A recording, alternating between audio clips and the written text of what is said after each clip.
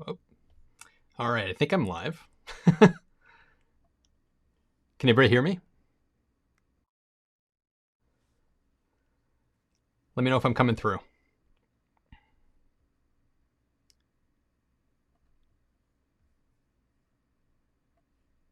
All right, awesome. Great. How's everybody doing? And happy Friday. Great. Fantastic. Okay.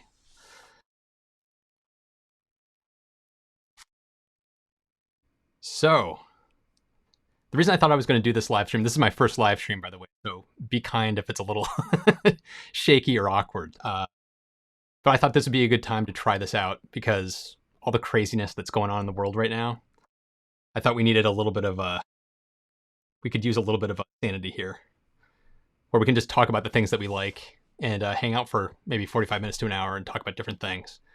So, over the past few days, I've been putting out kind of feelers on Twitter and on my Patreon page, asking for feedback as to what we could talk about.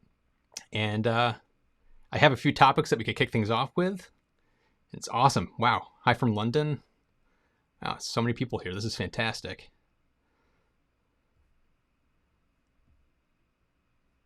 Wow, so many people to go through. Still catching up. Okay. So to kick things off, I was thinking that we could, for the Tesla fans out there, I don't know if you've seen the Q1 numbers for Tesla, but I would recommend checking out Galley and over at Hyperchange, Ben Sullins on Teslanomics, and Rob Maurer from the Tesla Daily Podcast. They put out some great episodes breaking down the Q1 numbers for Tesla. But I got to tell you, I was really, really blown away with what they did. Was not expecting that at all.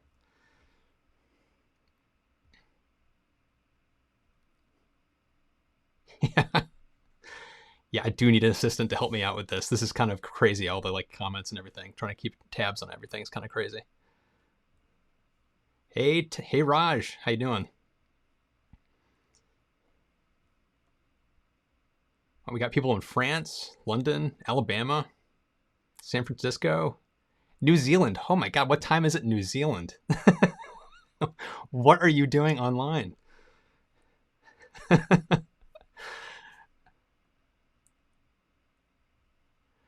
Okay. So actually, here's a really good question to kind of kick things off. When do you think, from Alan, when do you think EVs will be the go-to car?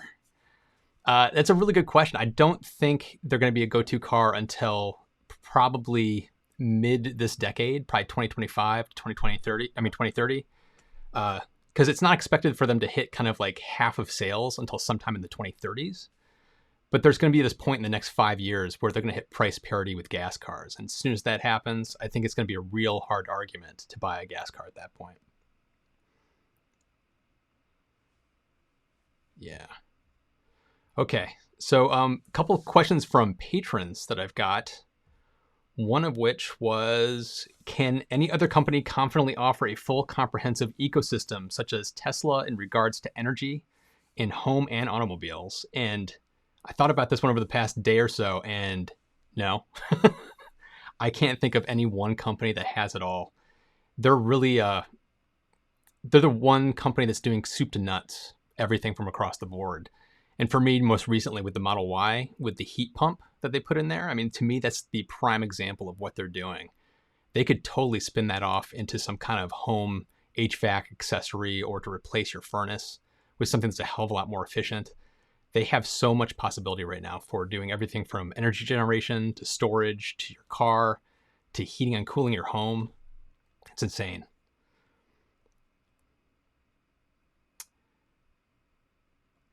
And Chris Hill, good question. Hi, Matt. Would you like to see you talk about using batteries as storage for homes and balancing the grid? I have a lot of topics on that exact thing on my list of to-dos for videos I'll be putting out, and I'll be doing those over the next couple of months. I'll be putting out videos solely about that kind of stuff. I do, in my next video that's coming out on this Tuesday, I'm talking about EV chargers, but in part of that, I talk about vehicle to grid, which I think has so much potential to really kind of make a difference in energy storage. It's something that actually gets me super excited, and I'm sad to see that there's not enough kind of groundswell around that in the United States yet. There seems to be more about it in Europe at this point, which is kind of surprising to me. Let's see. Hey, Rob, I see your Rob Vanderwow, who's been a long time supporter on Patreon. What if Tesla goes belly up due to Corona? Will we be able to keep driving our car for long?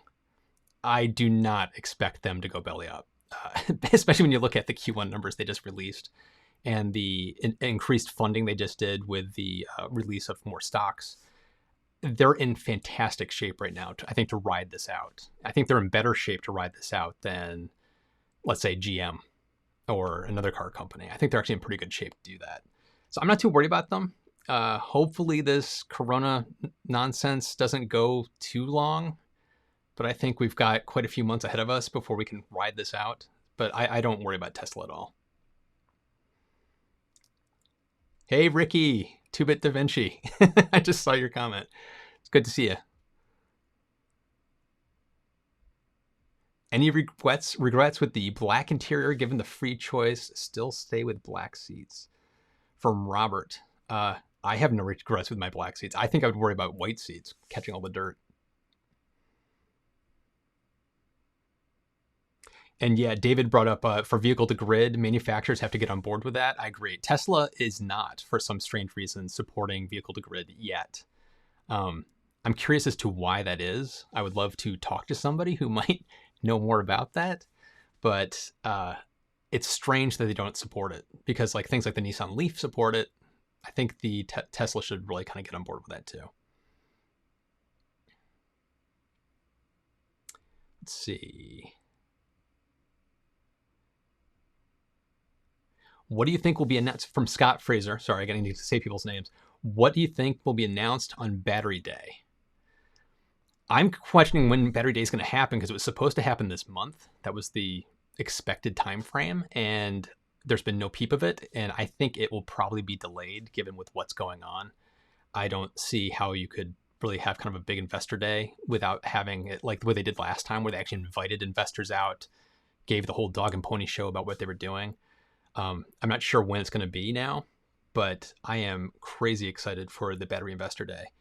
I think they're going to release information that's going to kind of blow everybody's minds, not just with batteries, but the whole powertrain. There's going to be things that they're going to be talking about that are going to be kind of crazy.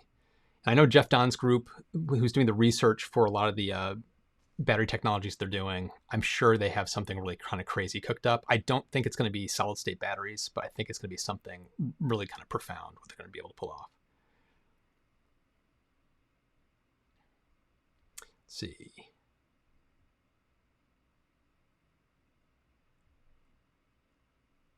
Okay, in Europe, we have bigger issues with the duck curve in the winter, especially considering governments want to take away gas central heating and move to electric heating. That goes right into energy storage. So thanks for that comment, Chris. So Chris Hill brought that comment up.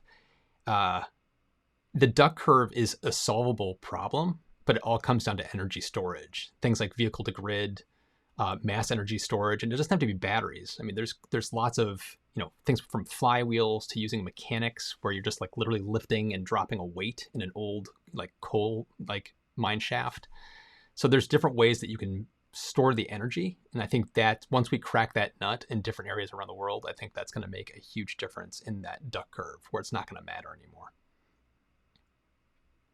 Oh God, Carlos, which car company will go out of business first? That's kind of a I think there's a few of them that are going to really struggle. GM's big EV announcements they did recently, that show they put on, before they put that on, I thought they were going to be one of the more likely ones to suddenly kind of not go in a good place. But after that day, even though some of it's years away, what they were talking about, I think they're starting to make the right moves. I mean, they've invested in in battery development. They're putting money into the right places. But what that means for what they'll be able to produce, I mean, are they going to be producing EVs at scale? I don't know. but they're showing signs of life to me that has given me a little glimmer of hope there.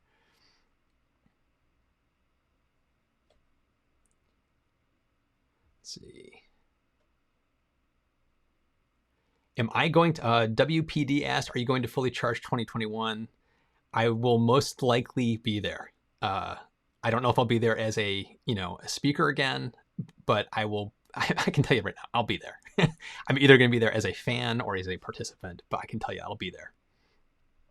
I had too much fun at this year's, and being able to meet I got to meet Ben Sullins face to face, again. Now guys, Ricky, like everybody that was down there was fantastic. And in case you haven't seen it, Ricky just posted his video just recently. He took several months to get it together. What's up with that, Ricky? You gotta explain that. But he just posted his video about his time down there talking to all the different YouTubers that are down there. It's worth checking out. Raj just asked, are you going to hold on to your Model 3 or upgrade to a Y or Cybertruck? Oh, man. I didn't think I wanted a Y.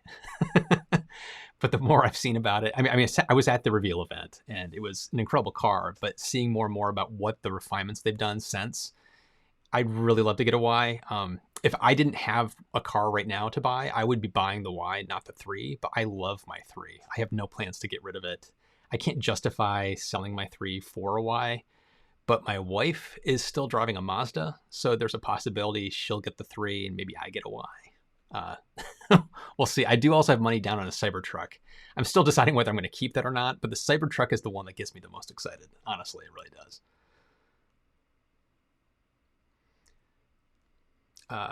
When do you think the next big update will come out? Hey, Art Lightstone, what do you mean? Hey, Matt, when do you think the next big update will come out? You know what I'm talking about. Nudge, nudge, wink, wink. Not sure I follow you. Give me a hint. SR asks, do you have any info and cost on the Powerwall? How far behind is Tesla in shipping Powerwalls? Everything I've heard is they're still way behind on Powerwalls. I'm not sure why the delay, because supposedly they started putting more cells back into making Powerwalls, but they're still way behind. I actually earned a Powerwall through the referral program, and I reached out to them. I've reached out to them several times, and each time it's like, we're catching up. So I have no idea what's going on with that. I don't expect the cost of that's going to be coming down anytime soon, but hopefully I'm wrong.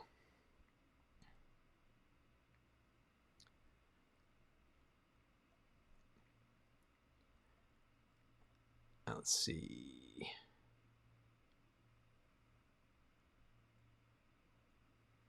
Big Ken's, hey Matt, any thoughts on the importance of Model Y's heat pump in range? In cold weather climates, better option for the Model 3 for those regions? Nothing yet. I haven't seen any tests. I don't have one firsthand to be able to test it myself, but I would anticipate it's going to make a difference in the cold weather climates. That's one of the reasons I'm so excited for it. When I saw that announcement, the first hint came out, I was tweeting about like, oh my God, I'm really excited for this. Thank you, Tesla. Because I do think it's going to make a big difference for us in colder climates. Because we take for those of you who don't live in colder climates, we can see a 30 to 40% hit to our battery range on really cold days and weeks. And it would be awesome to see that kind of nudge upwards with that heat pump. And I expect we'll see that. I also would not be surprised if we see them put that into the Model 3 going forward at some point too.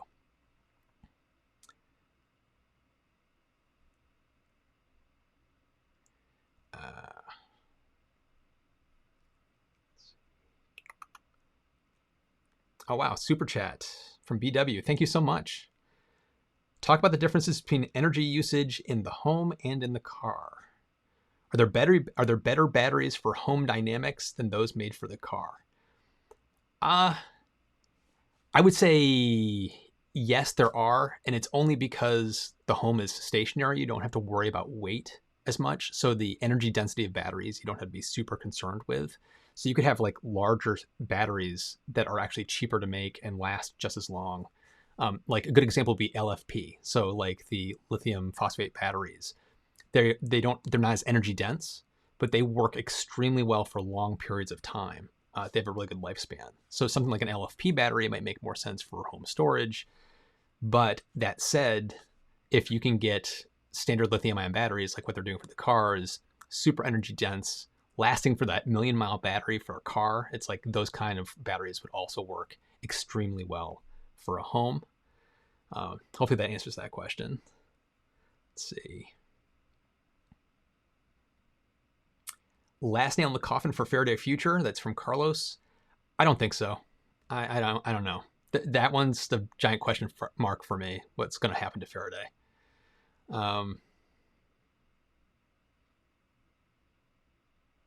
Chris Hill, does anyone else think full self-driving is a waste of money? I don't. It may not make sense for everybody. I already paid for it. I actually just got my hardware 3 upgraded my Tesla, and I've ridden in the Google cars. I'm blanking on the name. I drove in their taxis. I got to see their user interface, and I got to see how their stuff works for full self-driving. And I honestly was blown away. And I know LiDAR is viewed as a crutch, but what they're doing is they're trying to get to the same exact place Tesla's trying to get to. They're just going from a different path. And in the end, they want their cars that will just work no matter where you drop them. And when I saw what they were doing from the user interface and being able to talk to their engineers, and after getting my hardware 3 and seeing what Tesla's doing for their user interface to communicate to drivers what the car is doing and why, it's clear to me Tesla is much further ahead than people expect. So I do not think full self-driving is a waste at all. I think it's going to be here soon-ish. I don't think it's going to be on Elon's timescale, but I think in the next couple of years we're going to have some pretty impressive full self-driving in Teslas. Doesn't mean that it'll be driver can take a nap kind of territory, but I think we're going to see cars that will be able to drive from your driveway to your destination without the driver have to do much of anything not too long from now. It's going to be kind of crazy.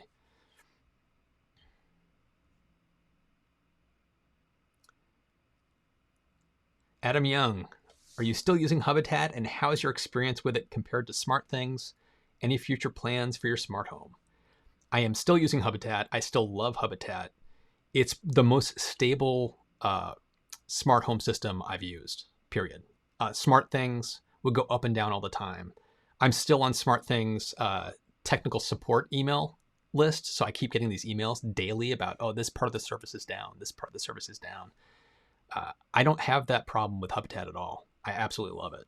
It's not that it's perfect, but it is very stable. They just need to work better at their user experience so to get more people in. But other than that, I still love Habitat. Future plans for my smart home.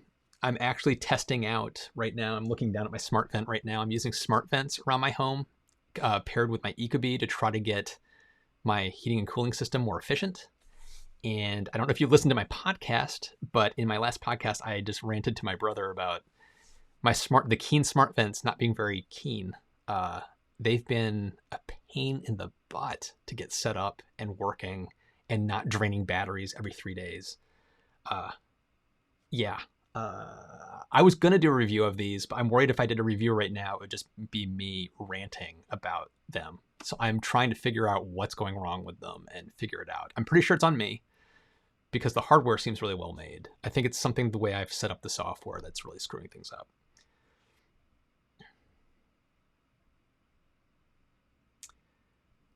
Let's see what else.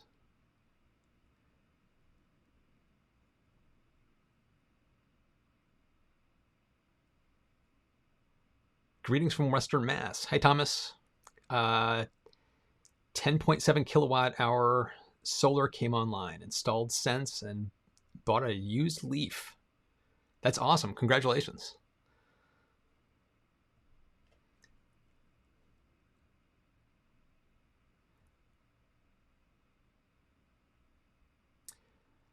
From Mac. Hey, Mac. How you doing? You put some great questions in. I'm going to talk more about some of the patron feedback I've gotten. Wireless charging seems to be an amazing technology, perfect for climates like California. However, not so much for places like the prairies of Canada. Thoughts if maybe this is supplemental to. Wireless charging, I think wireless charging is not gonna. I think it could work anywhere. Honestly, I really do. If you saw my video on the talking to Witricity here in Massachusetts. The technology is actually pretty amazing. And a lot of people get confused with what they're doing with what you see with induction charging for your phone. They're not the same thing.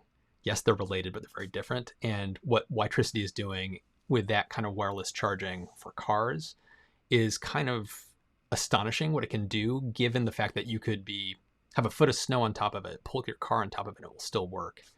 It's kind of crazy. I was really impressed.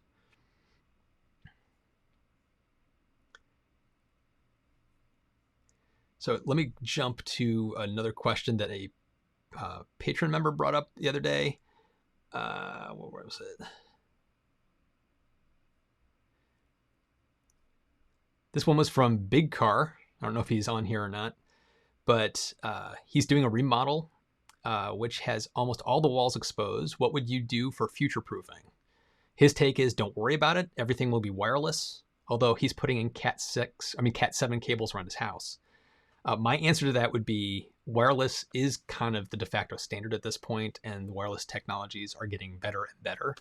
But I would still be putting in wiring all around your house if you can. If you've got no walls, put it in. And I'd be putting in Cat 6 or Cat 7 everywhere, because having a wired back channel that you can use to kind of power everything from your home network to even like security cameras, there's a lot of opportunities having wires in your home give you that wireless can't. It's far more stable. So I would definitely be doing that.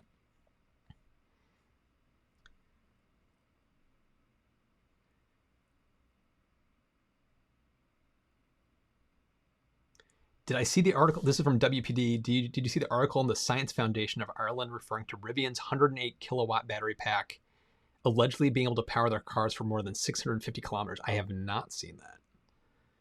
That's kind of crazy if that's true.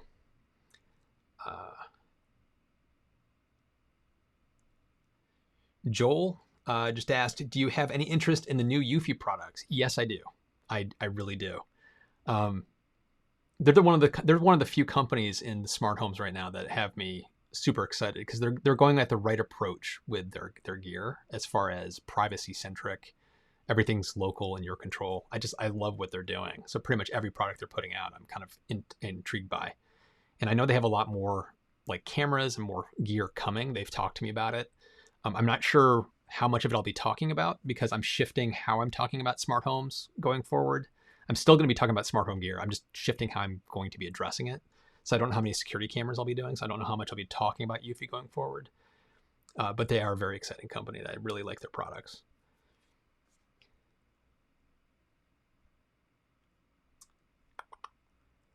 Do you know, from John Devlin, do you know if Tesla is still making deliveries? I don't know. I believe they are, because I know they still have inventory. And they have this new kind of touchless delivery that they're doing, where you don't actually have to be face-to-face with anybody. You just kind of go in and find your car and unlocks, and you get in, sign some paperwork, and drop it off and leave. And in fact, when I had my Hardware 3 installed, it was a similar system. It's like I dropped my car off, didn't actually talk. I went into the office, just basically put my key card on the counter and left. And then when I came back in, I didn't have to talk to anybody. I just got into my car and drove away. So I have a feeling they probably are still going to be doing deliveries, but because they're not able to make cars probably at scale right now because of the shutdown, I don't know how many deliveries they'll be doing. It's going to definitely be slowing down. Let's see. So there was a couple other questions, like Mac, who's here. He's been chatting here. Mac asked a couple other questions on Patreon. A dive into how you became interested and focused in sustainability and technology. To answer that, the short answer would be, I've always been obsessed with technology ever since I was like a little kid. I've always loved tech. And when I was at Fully Charged during my talk, I talked about how when I was like a little kid, I took my mom's egg timer apart because I was curious how it worked. I've always been fascinated with mechanics and science and technology and how it all comes together. Got in big trouble for taking that egg timer apart because I couldn't put it back together. But my obsession with technology has been lifelong. And for sustainability, I'm a kid of the 80s. And I think a lot of my view of sustainability was formed, honestly, around from movies and TV. There's a really bad movie, I think it was from the 80s, called Millennium. And don't watch it. It's horrible. It's a really bad movie, but the theme of that movie was all about sustainability. It was about humans from the future going back in time, trying to get us to not screw ourselves over. That movie hung with me. The theme of it, the movie itself is really bad. But that is kind of how my formation around that kind of came. And then, of course, over the past 20 years, I've been wanting to go EV for the longest time. When Tesla first started delivering cars, I wanted one of them because it's better for the environment and they're just awesome, but I just couldn't afford one. So I've always been fascinated with kind of sustainability and technology, and kind of that Venn diagram of them overlapping is kind of how I got into doing what I'm doing right now.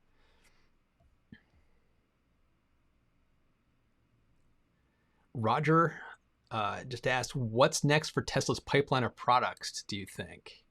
Shipping could be big. I'm curious what their next big product is going to be, honestly. Because now they have their iPhone moment with the Model 3. They have the Model Y, which covers the kind of crossover SUV market. They have the Cybertruck, which is like the Ford F-150 kind of group. I think they need a smaller light-duty truck, honestly, in there, and probably a van. I don't know why they haven't done a van yet. It could be like delivery vans. It could be family vans. It seems strange to me that they haven't gone down that path, because they're doing the semi-truck. Having like some kind of like mid-sized van makes a lot of sense to me.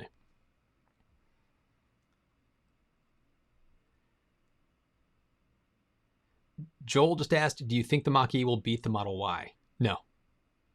Nope. I don't. I think the Mach-E is going to do extremely well. It has the potential to do really, really well. If they're able to build enough of them and sell them at the price that they're saying they're going to sell them for, I think the Mach-E is going to be an awesome car, and it's going to be very compelling to a lot of people. It's going to do well. I just don't think it's going to do Model Y numbers, because I think Tesla has too much of a head start from the technology side that gives them a real edge, especially when it comes to things like software updates and the supercharger network. That's something that no other car maker can match. So with range anxiety, I think the Model Y just has the edge there. But from daily driving, I think the Mach-E is going to be a very compelling car. I just don't think it's going to sell as many.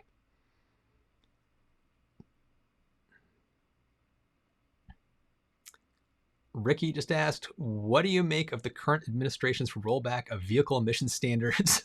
Oh man, how will it impact Tesla and EVs? Oh, Ricky. don't get me started on politics. To be blunt, it's idiotic. I do not understand why they're doing this, and the explanation as to why they're doing it, because companies can't make them at a price point that's sustainable, is complete BS. Because we have a U.S. company that's already doing it. It's just insane to me why they're rolling them back. I think they're just, I don't know. I can't understand the rationale of that company, of the administration anymore. But I don't think it's going to impact EVs at all. And part of the reason for that is the US is only one small piece of the puzzle here. You have countries like China and areas of the European Union that are going to be banning and killing ICE cars in the coming years. And because most of the rest of the world is already on board with making ICE cars go away, it's like, it doesn't matter whether the Trump administration wants to roll back standards. America is going to get pulled forward kicking and screaming whether we want to or not when it comes to the EV revolution. So I don't think it's going to impact the sales at all.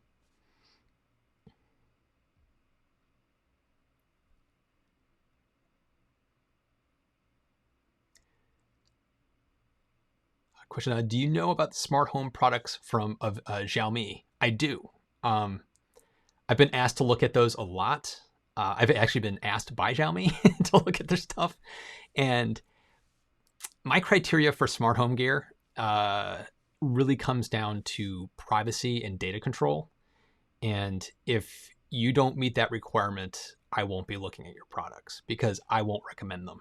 And that's part of the reason I talk about Eufy and not other gear sometimes.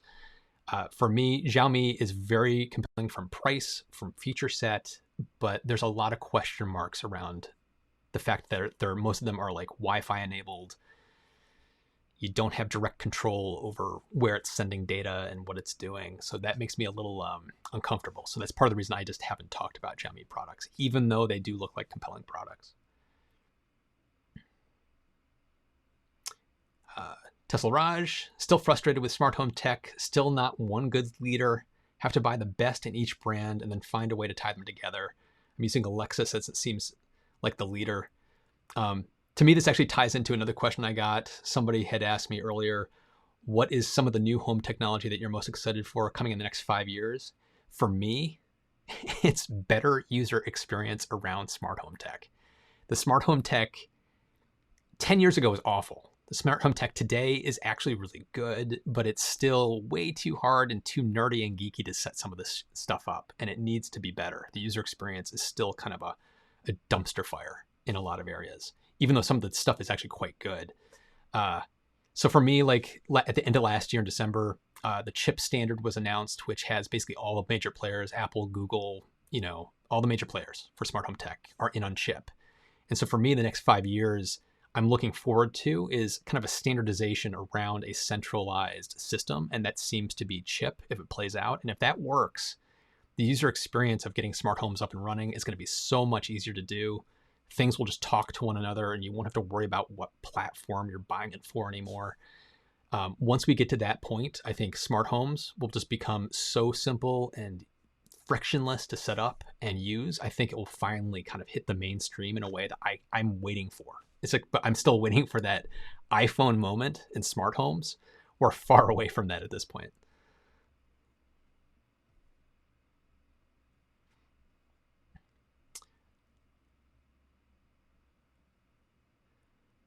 Model 3 or used Model S? That's from Robert Fitzgerald. I think it depends on what you're using it for. Model S is a much bigger car. It's a better family sedan. The Model 3 is very small.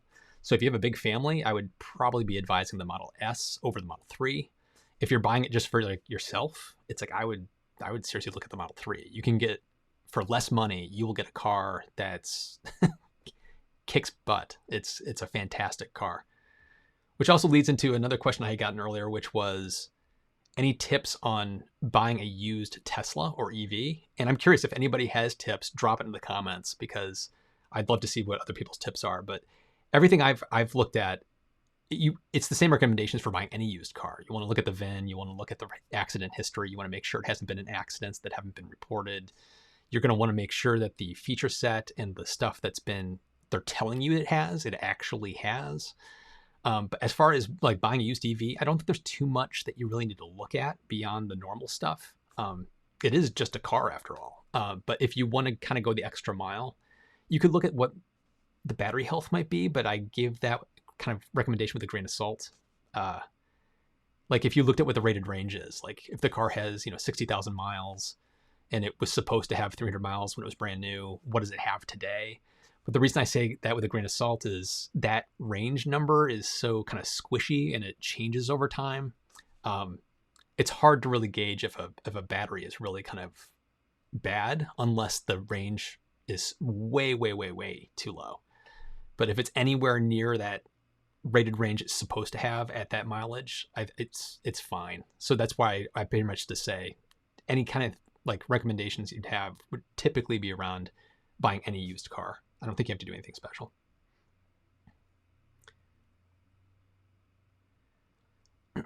Sweden EV Guru, who also actually sent, I'm actually looking at another question he sent in. Hydrogen cars have had 7 to 8 years on it and 5 cars sold 2019 in Sweden and 5 fuel station, and cars are more expensive to buy and drive, so don't see them at all. Don't see them sell. I think fuel cell cars are kind of on the way out. I think fuel cells will make a lot of sense in different parts of the industry. Like I can see them in buses, but in passenger cars, I don't see them really taking off because the infrastructure that has to be built out is too big. And oh, there's my brother, Sean Farrell. Have you called your mom recently? No, I haven't. I'm a bad son.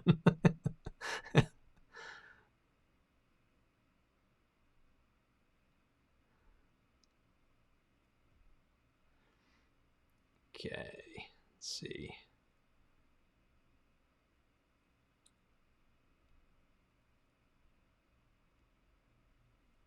Dirty Tesla.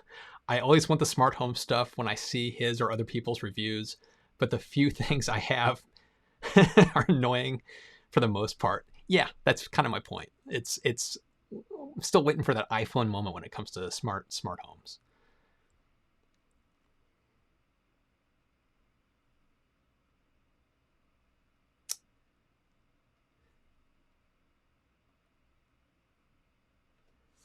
Sweden EV Guru also had sent a message in earlier about like now that the oil prices are at a record low, stocks and fossil fuels are going down. Will buying stocks in renewables help speed up the transition? I think that's what you were getting at with the question you asked me before. Um, I don't know. I actually don't. I don't think it will necessarily speed it up. But the more support you can give to companies by buying stocks in those companies that are doing things that you believe in. So this is something that Gally actually talks a lot about on his channel, and I'm a full believer in that. You invest in companies that you believe in their mission. So it's. I think it's only going to help, but it's up to the companies themselves to execute on that vision.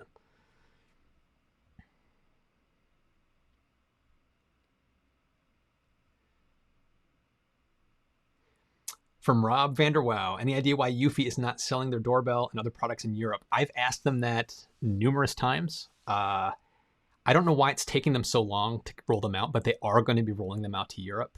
They're starting here in the US and in Canada, moving into the UK, and then they're supposed to be going to like Germany, France, Denmark, those kind of areas. So they are moving out, but I don't know why the rollout is so slow. I don't know if it has something to do with legal issues or translations or just they're not able to produce enough, so they're supply constrained. They won't give me an answer specifically on that, but they've just told me every time I ask that they have a rollout plan and they give me the rollout plan and the timelines, but it's spread out pretty long. So I'm not sure what the holdup is.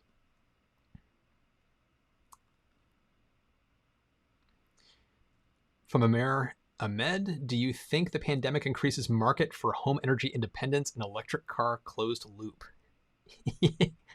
Yeah.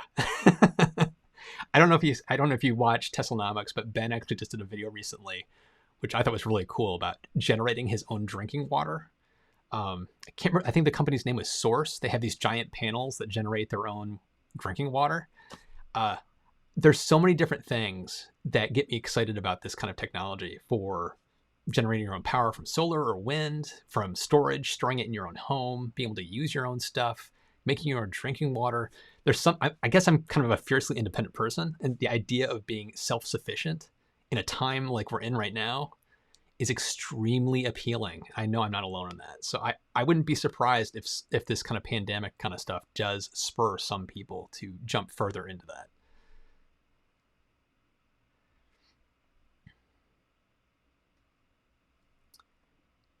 Jay Nunez, do you think things will be moving in the direction of the Thread protocol? That's for smart homes, for those that don't know.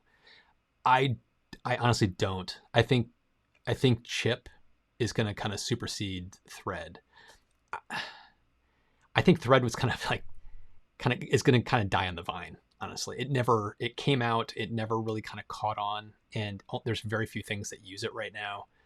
And I think Chip is going to kind of just supersede that.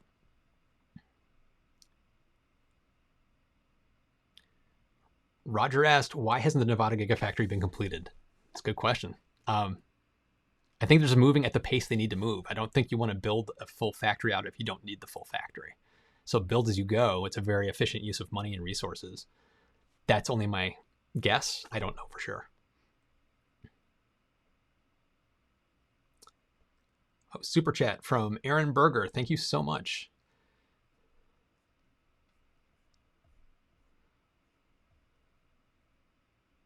Another super chat from David Lutz. Well, I'm catching up. Oh my God, I'm catching up here. I'm falling behind. Best from David Lutz. Best value for a really good used EV is a Kia Soul EV. Search on Auto Trader and select fuel type electric. Good recommendation. From Mac. Thanks again, Mac. Thanks so much.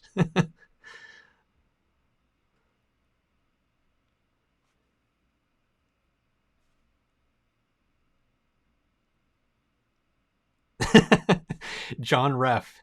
Matt, with that speaking voice, you could do all kinds of gigs in Hollywood, not to mention narrate books. I appreciate that. I've got a face for radio.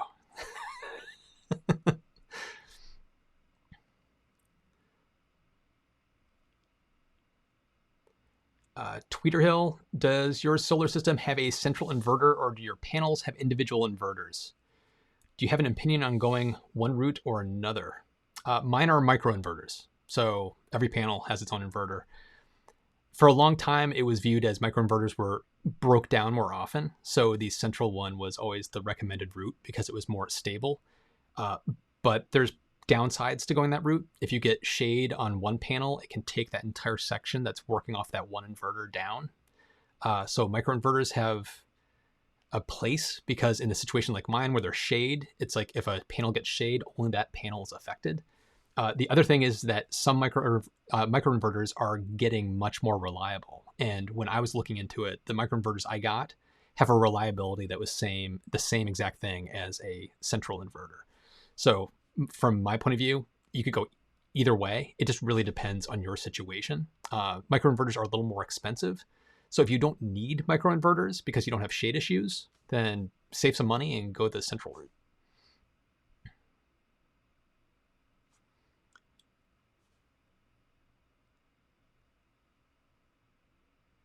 Let's see.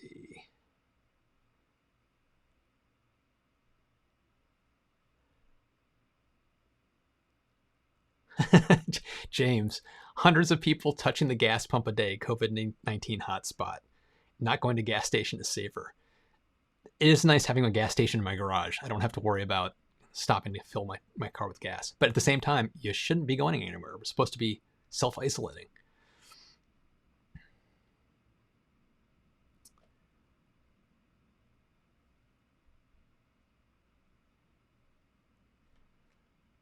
James Halleck, I've been waiting on the wait list for Tesla shingles since 1 hour after taking them.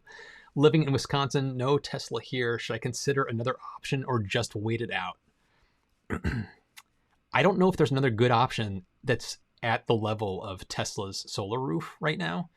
If you're not tied to getting the solar shingles themselves and are open to getting panels, I would say don't wait, just move to something else. But if you really want to get the shingles, the solar roof is where it's at right now. I don't think you really have any good secondary. There are other companies doing it, but they're more expensive. So I don't think there's anybody other than Tesla at this point.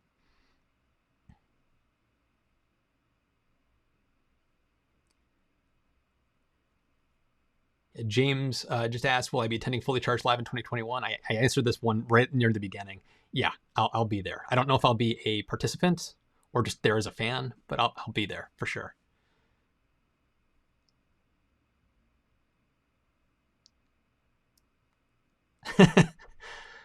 Matt Sawyer asked, question, do you think the Model Y wiring will be revolutionary or just meh?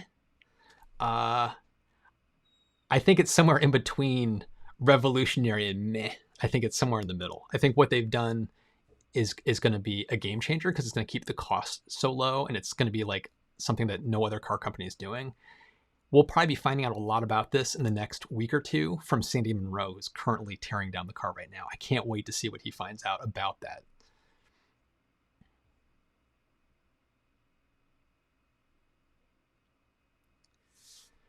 Let's see.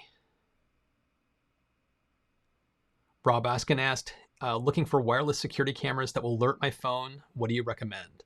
My recommendation is always Eufy. it's an easy recommendation. I love the Eufy Cam 2 cameras, the Eufy Cam 2C. I haven't had first-hand experience with it, but they're just a cheaper option of the Eufy Cam 2.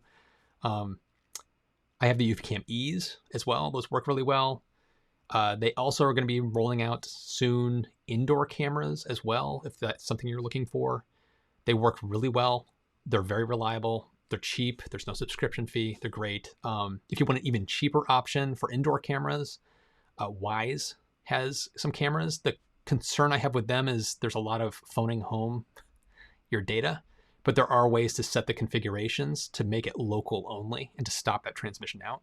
So if you look up how to set it up for local only use, you can use Wise cameras as well. Wow, Rob, thank you. Thank you for the super chat. Which topics are you currently researching deeply, and which can I expect some really informative videos on? Okay, not to give everything away, but I've been doing a lot of research on this anyway. I did a video about it a while back, but battery recycling is something that I'm really keen on right now. Talking to a bunch of different companies about that. Diving more into don't know if I want to give all of my stuff away, but there's different aspects of the technologies around battery research and battery recycling that have me really intrigued, let me say. So I'm talking to a bunch of people about that. I've also spent a lot more time talking to people in the solar industry. I actually went to in Boston a while back. There was a solar expo that I went to and got to talk to a bunch of different companies about what they're doing, and made a lot of interesting connections there. So I'm going to be doing some more in-depth interview style videos with some interesting companies that are doing things around solar. But this is going to be stuff that's going to be rolling out over the coming months. It's not something that's going to be like next week. And as always, to everybody that's watching, if you have ideas for topics, don't hesitate to shoot me a message on Twitter, drop a comment on my community tab on my YouTube page, or even just go to my website, undecidedmf.com. I have a contact form there. You can actually email me directly through that contact form. Let's see.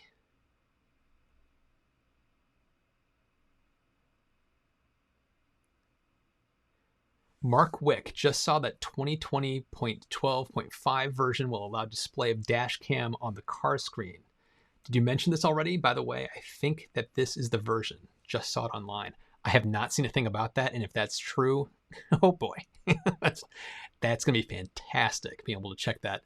There's nothing, it's been driving me nuts. You get in your car and you have this little thing that says 3 incidents, and you want to tap it and just watch what the incident was, but you can't. Aside from that, though, Sentry View for iOS, in beta right now, he's got AI detection for humans, and I'm on the beta. I've been using it. It's incredible.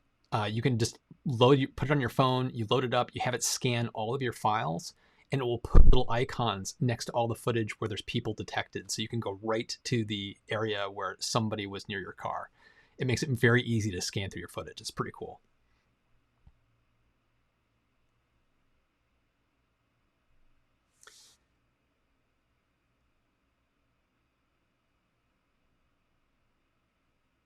Hey, Paul. It's good to Paul Barron. Good to see you here. Quick 10 minutes of fun. And back to work. Paul.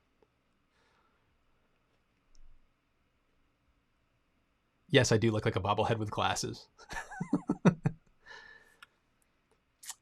So Deb Dutta has asked me a couple times before this and during this. He's asked me for a little tour of my studio. I've actually gotten that a couple of times, the kind of gear that I use and what I'm doing. I'm actually talking to you right now on a Sony a6400 camera. I have 2 very giant bright lights beaming on me at the moment. I have, of course, a lot of lights behind me. Actually, I can let's see if I can get this to work. I can actually show you my studio. This tiny little prison of a room that I work in. It's so tiny. Let's see. This might be a little kind of crazy. Let's see if this works. All right, so this, hope you guys can see this. So this is what I see when I'm talking. I have my Sony a6400 with a little teleprompter on the front of it. I have a Sound Devices Mix Pre 3 that is powering my Audio Technica microphone that I'm talking into right now. I have these gigantic lights on either side of me. So this is what I'm typically seeing when I'm recording my episodes.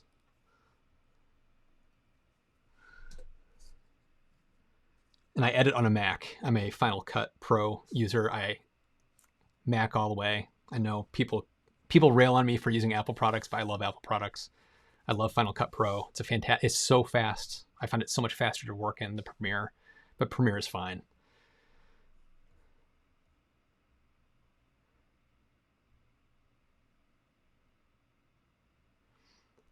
Let's see. Just bought a house. This is from Telesto Life. I just bought a house and I'm looking to make it more of a smart home. What should I buy first? That's a tough thing to answer because it really depends on you and what you're looking for and what you want to get out of it. My whole thing is you need to come up with a list of the things that you want to be able to do. So I wouldn't look at it from a point of view of what products to buy, but what solutions you need. So do you want to be able to like have security cameras around your home? Do you want lights to be able to turn themselves off if the room is empty for 30 minutes? Do you want your heating and cooling system to adjust itself if you're away from home or whatever's happening? You need to kind of come up with that list of things that are important to you that you want to kind of solve for. And from that, you'll get a list of products that you'll need to get. Like you'll want to get a smart thermostat, which I recommend Ecobee. Nest is good too, but I recommend Ecobee for my smart thermostat. Lights, it depends. Like I said, it depends on what you're trying to do. It's like Philips Hue works great for some people. If you're going to do HomeKit, get HomeKit lights. Or if you want to do something like Habitat or Smart Things, that opens up a world of possibilities for different lights to get. So my recommendation is to kind of come up with your list of the things that you want to solve for, and you'll figure out very quickly what products you need to buy off of that list.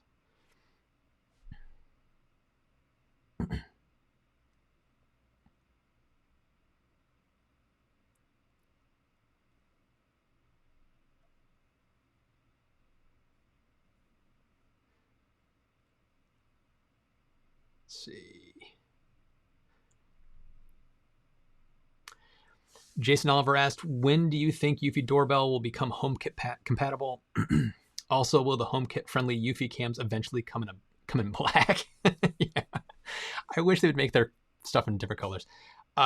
When it comes to Eufy and HomeKit, I don't know what to tell you because I have not seen them once roll out HomeKit retroactively to a product. It's only been on products that were built explicitly for that. So like the Eufy Cam 2 came out explicitly with HomeKit support. And so they've been rolling out additional features around HomeKit for that product. Since the battery doorbell came out without HomeKit support, I would not expect it to get it. And I asked them that point blank, and they kind of gave me a kind of a vague answer, but it was along the lines of, we're always looking into it. And it's the same thing they've said about other products, and none of those products have gotten it. So I would not expect HomeKit support unless it comes with it out of the box. Hi, just asked, can you do more smart home videos? There's more coming.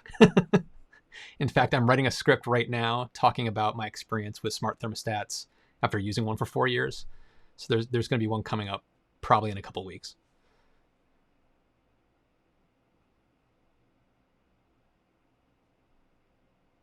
Hey, Paul, your lighting is really, really balanced and good looking. Great color temps and nothing too harsh. Thanks for the studio tour. You're welcome.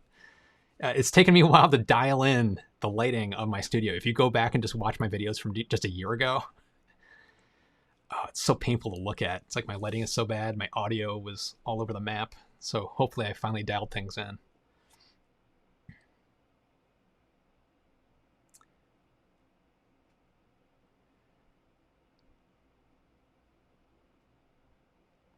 Let's see.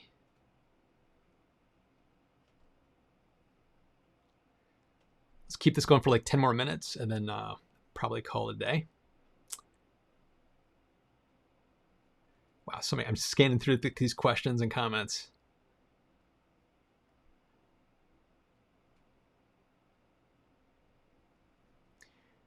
Wayne asks, do you own any cryptocurrencies and thoughts on them? A few other people have commented in this list saying things about Bitcoin and other cryptocurrencies. I don't have a lot of thoughts on them. I've looked into it. I understand how cryptocurrency works. I've done a lot of reading and research on that. I've not invested in any of it, mainly because it's so speculative and the future of it is so unknown. It makes me really nervous to put money into something that's just could kind of be a flash in the pan.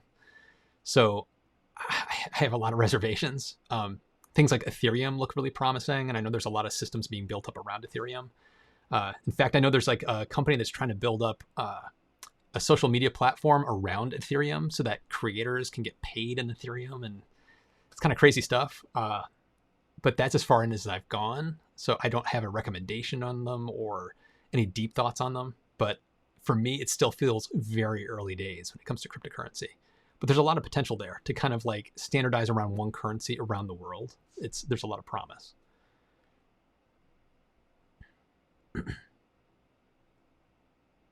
Ricky, I use Indigo for home automation, which runs a 24/7 Mac Mini.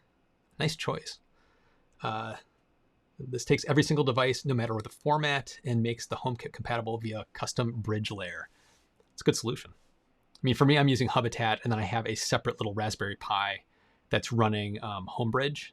So I'm getting the same functionality. Like my Habitat is got 90% of my stuff, and then Homebridge is bringing in that remaining 10%. So I'm able to use, I don't want to say her name, she who shall not be named. I can use Apple to control everything in my home, as well as Google or anything else I want.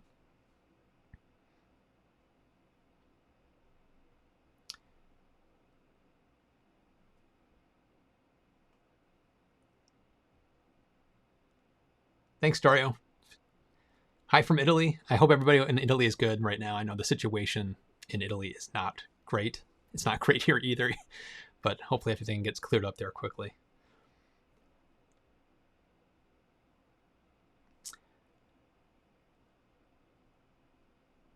What do you think the most high quality smart doorbell is, regardless of price? I think the Nest doorbell is actually pretty good quality. The wired version of the Eufy, I think, is exceptionally good quality. I think the Nest has a slight edge on the clarity, but the Eufy has a higher resolution. I think either one of those are both good choices.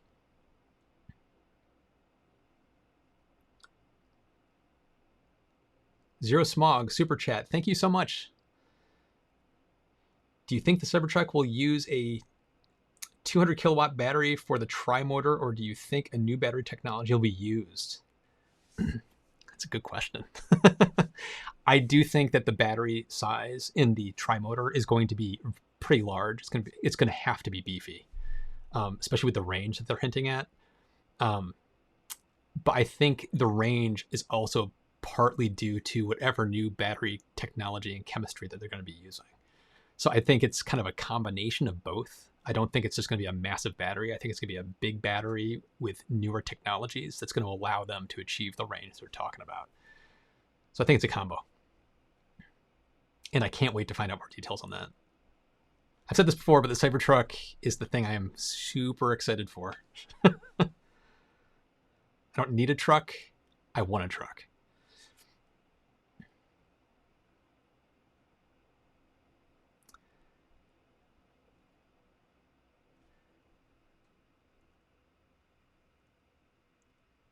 Yeah, Paul. Paul just pointed out that after getting his hardware computer replaced, his infotainment system is new too. I noticed that too. When I got my car, like all my infotainment stuff was like reset to square one, like it was brand new. I'm curious. I'm curious why that is, because I've heard from other people where that didn't happen, which is strange.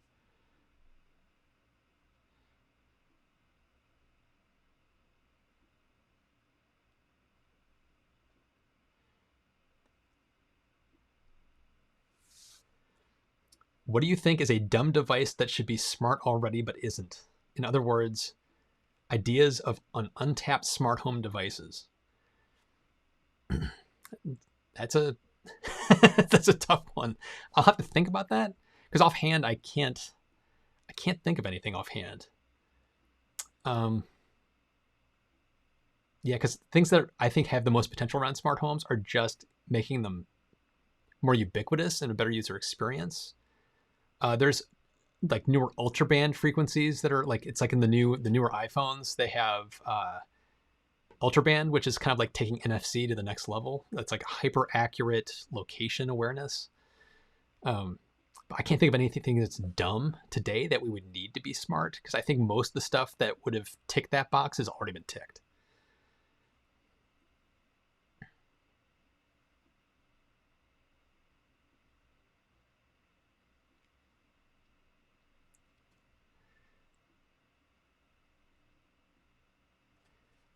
Roger asks, will the Boring Company become part of Tesla, as it looks like Tesla's can only use the tunnel network? I don't think it will be. I think it's going to be kept a separate business. I don't think they'll be integrating those.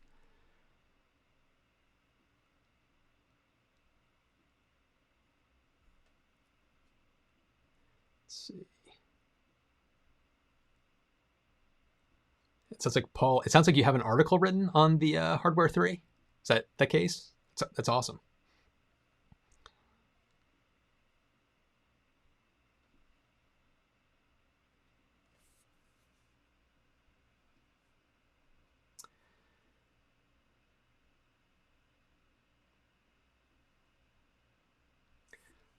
Mal Wayne, when is the stoplight traffic software coming? Not soon enough. I feel like I got my Hardware 3 installed just in time for that. I'm not sure when that's going to come. It's also going to be curious to see how well it works. I've been surprised since I got that hardware upgrade how well it's detecting every stoplight and every marker on the road for where you're supposed to stop. It's surprisingly accurate from what I've been seeing. So I'm hoping it's very soon.